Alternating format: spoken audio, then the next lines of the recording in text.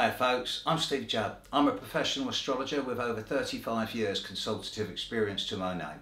These are my astrological forecasts for the year 2015 for each sign of the zodiac. Enjoy. And this is the astrological forecast for the sign of Gemini for the whole of 2015. For the last couple of years, the overall pattern for Gemini has been relatively quiet and calm since Pluto left Sagittarius in 2008 and Uranus left Pisces and moved into Aries in 2010. The large scale, long term, big picture has been fairly quiet, with Neptune admittedly bringing a fair degree of uncertainty and confusion into those of you born in May, but not so much the majority of you. So much so that a number of you have said over the years, bored, when's something interesting going to happen? Well, 2015 is it. 2015 is when everything changes. And you'd be forgiven if you're looking at this in May and thinking, well, what's different? Nothing's changed. That's because generally the first 5 months of 2015 are going to be fairly regular, stable, consistent, ongoing. But it is as you get into June, July and August, there's a number of full moons at this time which are going to be sort of cracking a few eggshells around you. At the same time, a number of planets are moving into signs of the zodiac that are not that friendly towards you in such a pattern that by the time you're into August and September, you're all going to be feeling a degree of pressure, gravity, intensity and depth, and yes, you're all going to be metaphorically under the cosh, and this will indeed accelerate as you get towards the end of the year, perhaps symbolically focused on the annual Gemini full moon on the 25th of November 2015, which will be squaring both Neptune and opposing Saturn.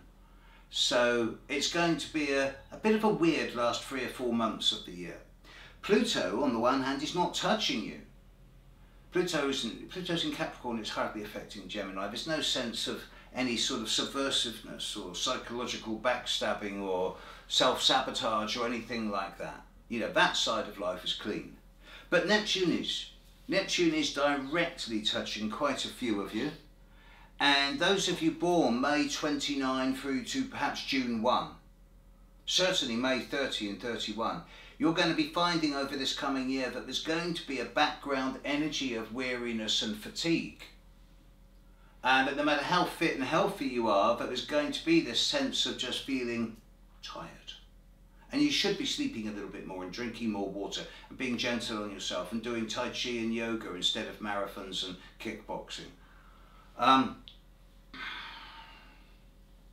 This is not all of you, but Neptune's passage through Pisces is affecting various levels of you at various different times.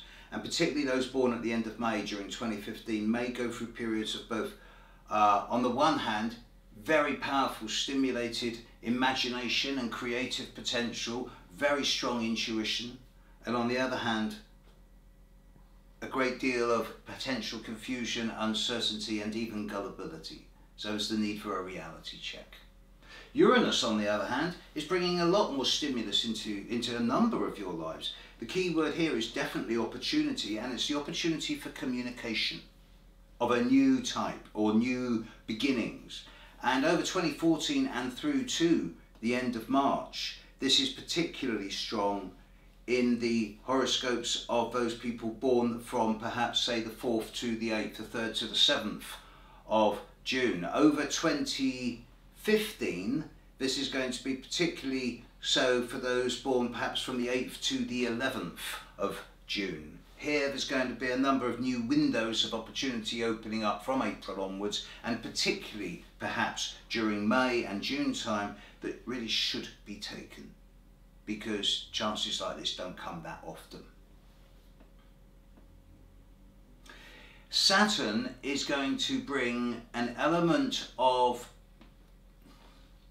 restructuring into a number of your lives, particularly those of you born at the start of Gemini. Those of you born before May 25th, maybe May 24th, are going to find that over most of this year, with Saturn opposite your Sun, that this is a year of nose to the grindstone, of either complaining and whinging about how hard your life is and how alone you are and how unsupported you are and how nothing's working and how tired you are and why doesn't anyone feel sorry for you, or nose, grindstone, 9 months, no shortcuts, doing everything the hard way. By doing so without complaint, and just work, you will set yourself up for the very long-term future. It's worth the effort. That's what Saturn says. This will transpose into the lives of those of you born from May the 25th through to perhaps May the 29th, 30th, maybe even the 31st, in the last 6 weeks of 2015, in a short but sharp way. And here there's definitely a case for loss cutting. Jupiter's still pretty active as well. Those of you born from perhaps June 6, 7 onwards should find that May, June, July is very fertile, creative, opportunistic times. And the essence here is particularly centered around the word creativity. Whilst those of you born before June the 4th were likely to find that the time from mid-August through to perhaps the end of October is a bit ostentatious, larger than life, and over the top. So it's very much a mixed bag this year. The big thing is that all the big action that's happening in the sky is going to be happening in signs that are sort of not that particularly brilliantly orientated towards you, i.e. Pisces, Sagittarius and Virgo. And you may feel that especially as you get into August, September, October, that you're a bit of a whipping boy. Grin and bear it. The only reason it's coming towards you is because other people see you as strong enough to deal with their crap. So it's a kind of inverse compliment, although it doesn't make it any easier. As far as 2015 goes, Gemini, have an opportunistic but determined and resilient year. There you go, folks. I hope that was helpful and informative. I believe astrology should be free. I think that if astrology was taught in schools, we'd see an end to warfare within 2 generations. And in that context, I want to put as much astrology free into the world as I can. But it does cost. Your donations, month in, month out, the £1, the £5, the £10 a month that you send me, really help me keep this going. Thank you. Keep them coming. And look what I've got. And there's a new one on Mercury coming out later this year. So if you want to get these or find out about all my gigs travelling around the world this coming year lecturing on astrology, email me, steve@stevejudd.com. See you next year. Bye.